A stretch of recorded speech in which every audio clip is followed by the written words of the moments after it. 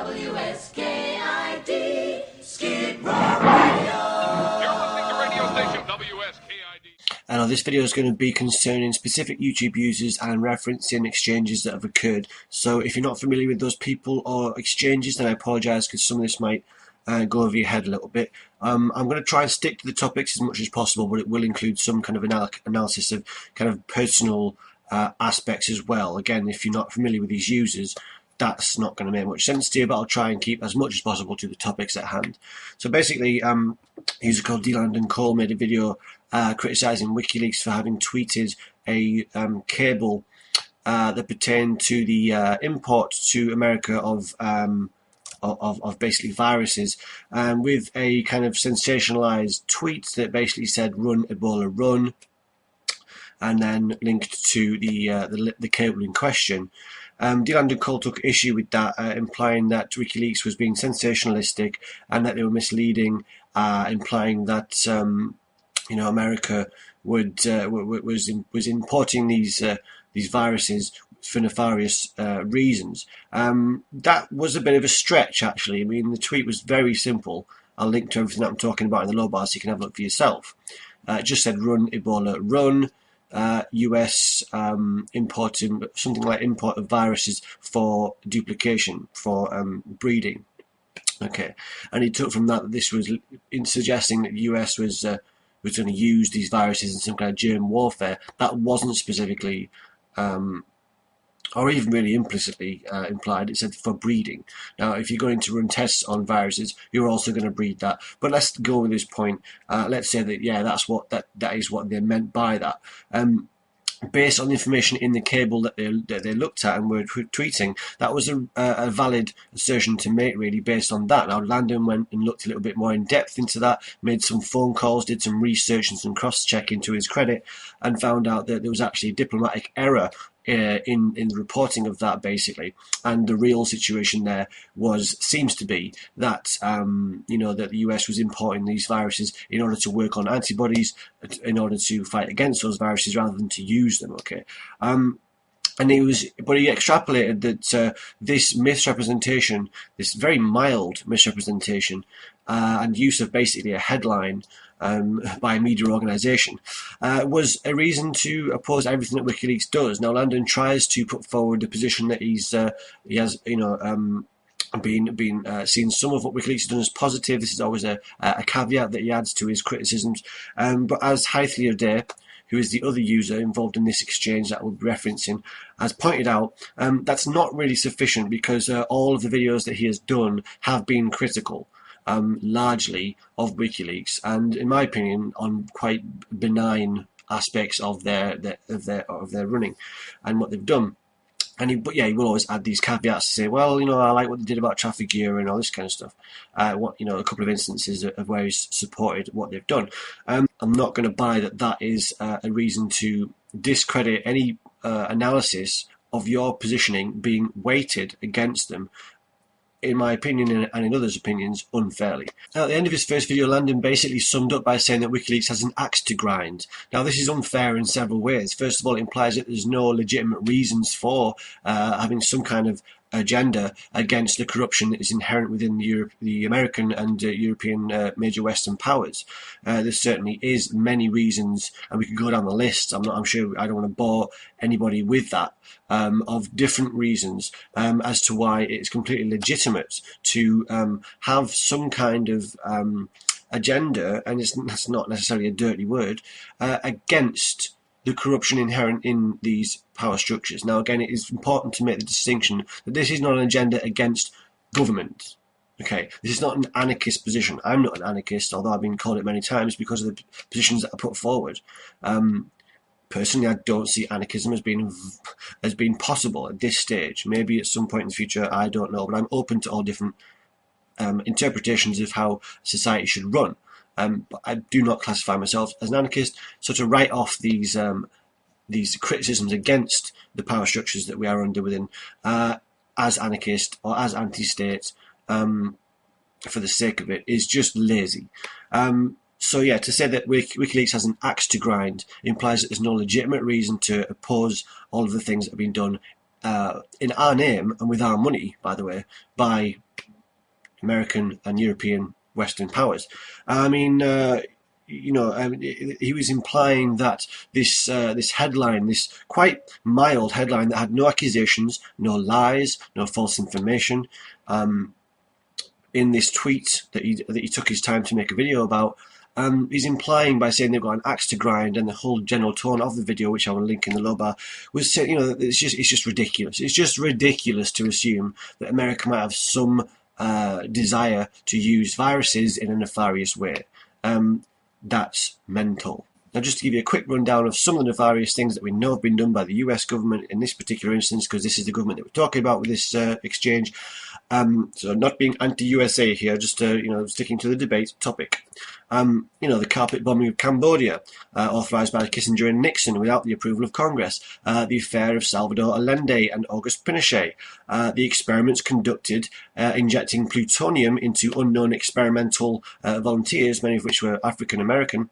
And then, of course, the horrendous experiments that were conducted on peoples of other friendly nations. The manipulated collapse of the Haitian sugar economy, the placing of Reza Pahlavi at the head of the Iranian state, and his performance there as a tyrant, which led to the Islamic Revolution, and all of the other coups, military coups and otherwise, that have been supported and orchestrated by American entities in democratic countries around the world. The support of many brutal dictatorships around the world when it suited their ends. These are just a tiny fraction of the many things that we have seen from the US government, which give us more than enough cause to suspect that there could be nefarious intentions behind, as well as potentially constructive intentions. That's not mutually exclusive. There could be several different agendas here. But to read that cable, to make an assertion that there possibly is nefarious intent there, it is not ridiculous to assume that at all. In fact, it would be perfectly legitimate to come up with that kind of assessment of it based on the track record of this government entity that we're talking about here. But this is coming from a man that has gone on national television and literally said the sentence, "America is obviously not a corrupt place." Now, aside from all the things that I've just mentioned, and I'm sure dozens more that each of you could reel off yourself, the bailouts for the banks, there's so many to choose from. To make a statement like that, America is obviously not a corrupt place, is just ridiculous. But it's that and many other statements that you've made, Landon, that call into question your integrity. Integrity is not specifically a word that relates to whether or not you believe what you are saying. It was unfortunate that Haithalade, in his low bar, said that you were saying what you were saying and taking a position that you do in order to further your career. You were at great pains to point out that you have since left the Atlantic Council of the United Kingdom, the Atlantic Council being, for those who don't know, a NATO think tank, basically spin doctors. From their website, it says, the Atlantic Council of the United Kingdom is an independent, non-governmental organisation based in London. Its mission is to explain and promote the benefits that UK enjoys from its membership in the North Atlantic Treaty Organisation, NATO, and the constructive role the nation can play in ensuring global peace and security. Ensuring global peace and security.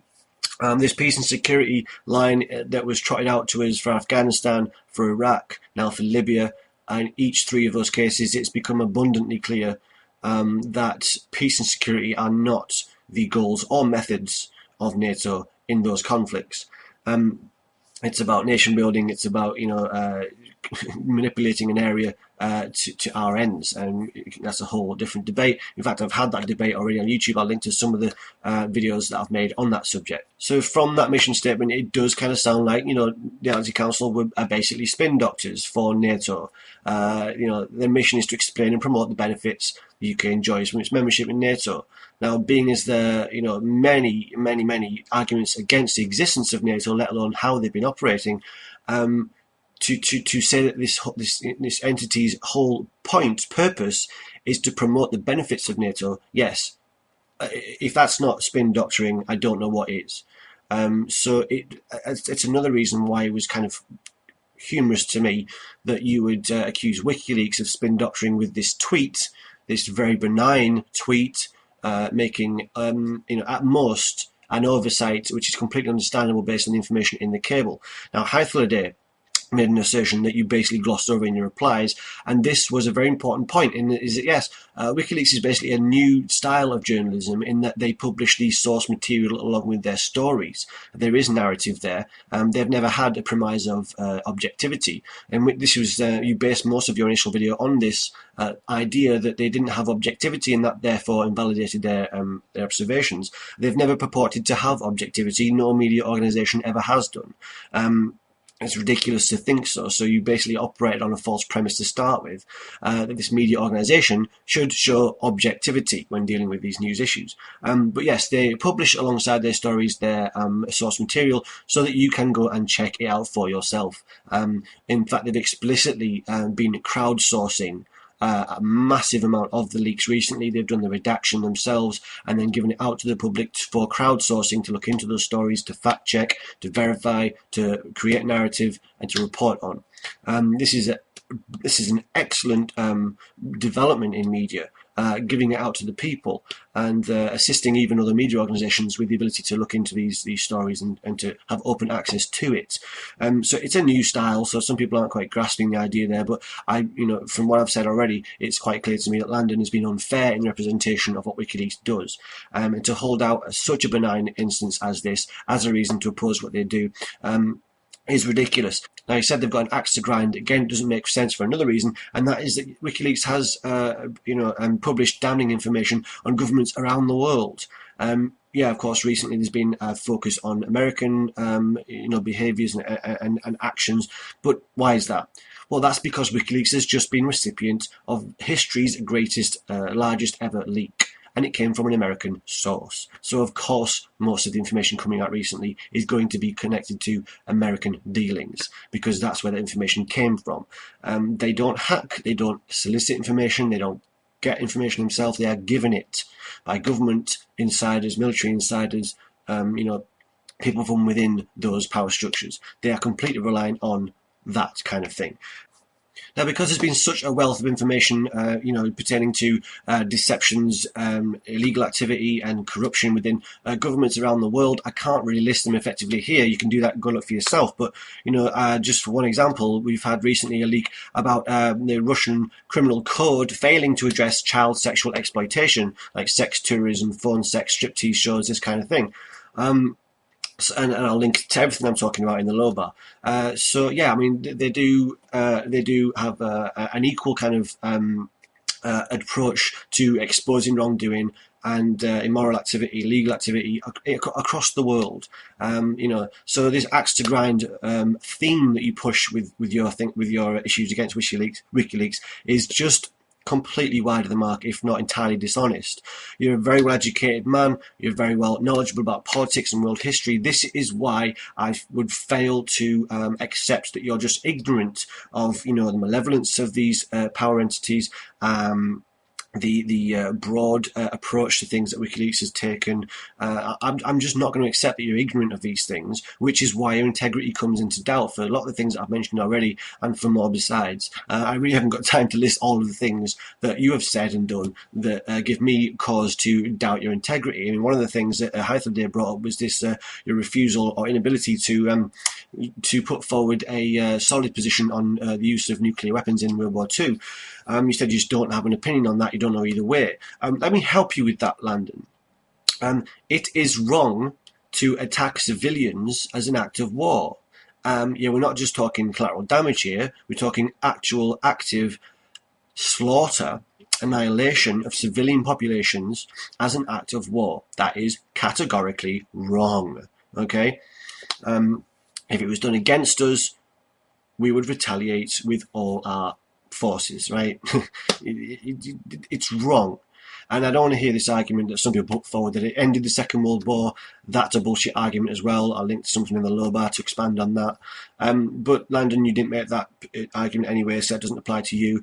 But yeah, so you can't even commit to saying that the annihilation of 40,000 civilians as an act of aggression is wrong and should not have been done. You can't even commit to say that. And yet you can hold up this tweet from WikiLeaks as a reason to oppose what they do. These efforts to expose corruption and wrongdoing and immoral activity within power structures. You can categorically say that that is wrong, that is something that needs to be talked about. that is an issue. That you know, that this is wrong, basically. But you can't say that annihilation of 40,000 civilians is an act of war is wrong. You can't do that. This and many other reasons calls into question your integrity. And yes, integrity is not specifically referencing something that you are saying just because of your position, okay? You've tried to switch that around several times. In this debate with Haithliday, you repeatedly came back to this accusation of shill, okay? Now, it's something that I've said it to you in the past. I've retracted it and apologised twice, because the main understanding of the meaning of shill is that you're only saying what you're saying because of your position, not because you personally believe it. And I've since conceded that you do personally believe the things that you've been saying as well, and it wasn't just because of your position within the Atlantic Council.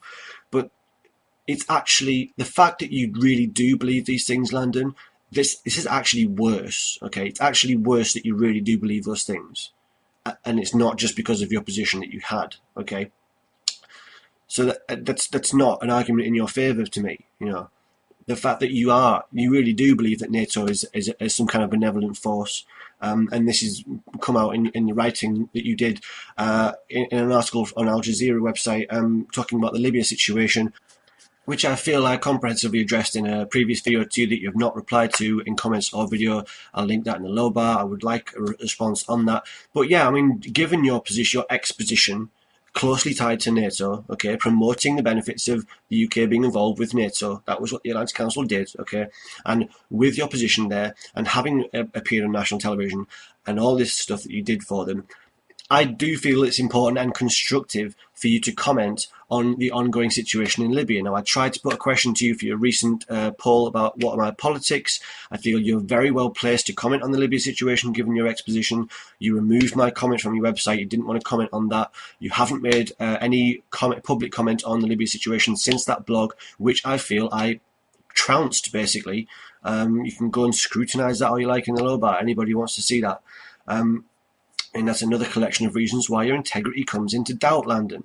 And this is not when Haithliday made this low bar comment, which again was not something he said in the video. It was a low bar comment, and you 3 times used this as the battering ram to try and end that, to destroy that debate. You held it up as the main reason, the main thing to be talked about in that whole debate. 3 times you did that.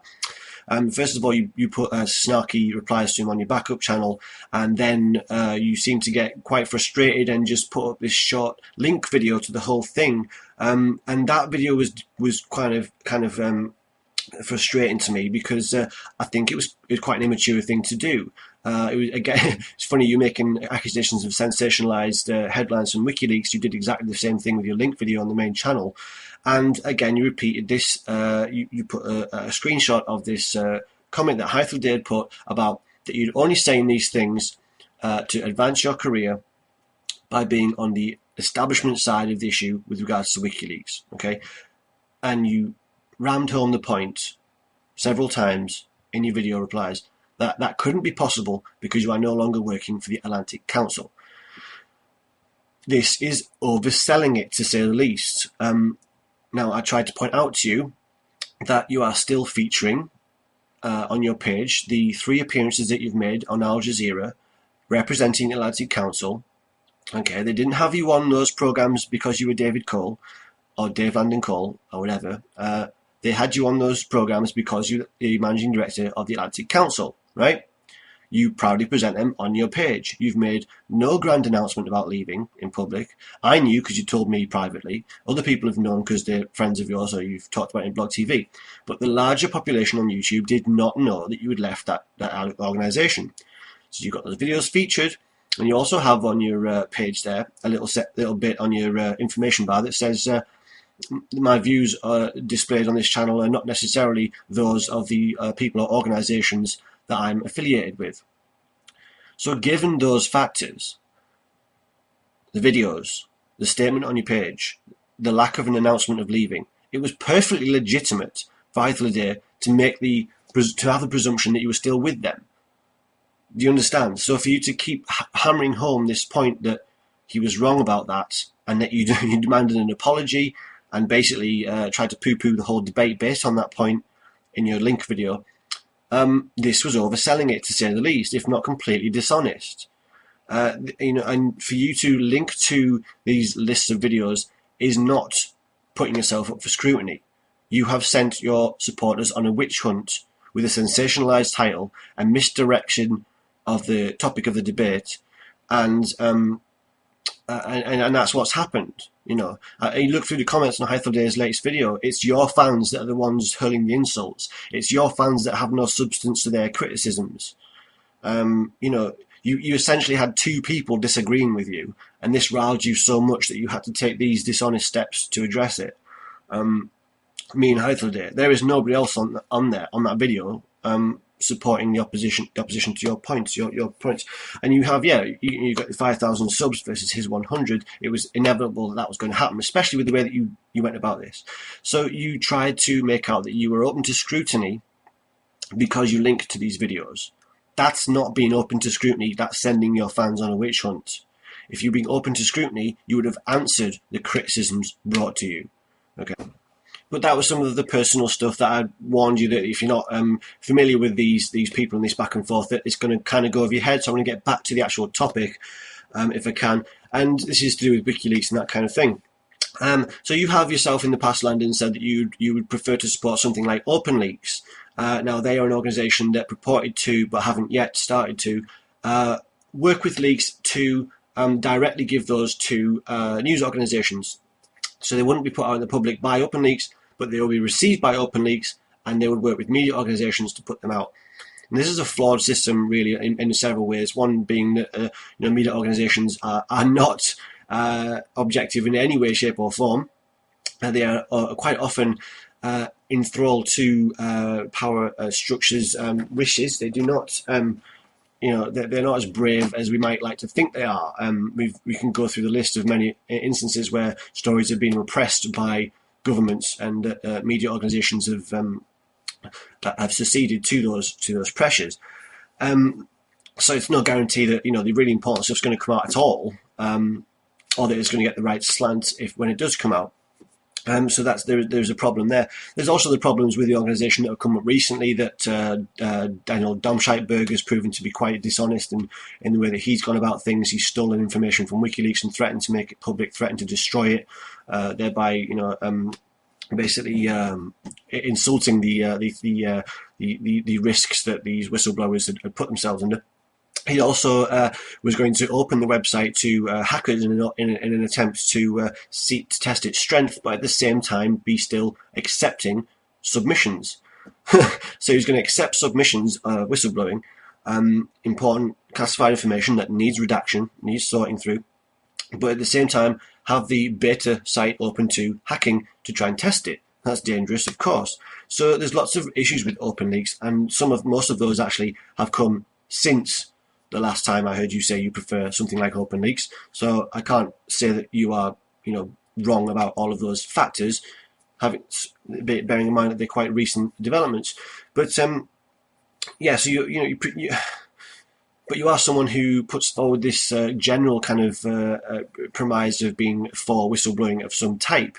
Recently, I've covered a couple of different instances of legitimate whistleblowers that have been cracked down on in the same way that WikiLeaks has been. And that's Thomas Drake and Bunnytime Greenhouse. Now, these were legitimate government whistleblowers that were threatened with jail and demoted, respectively.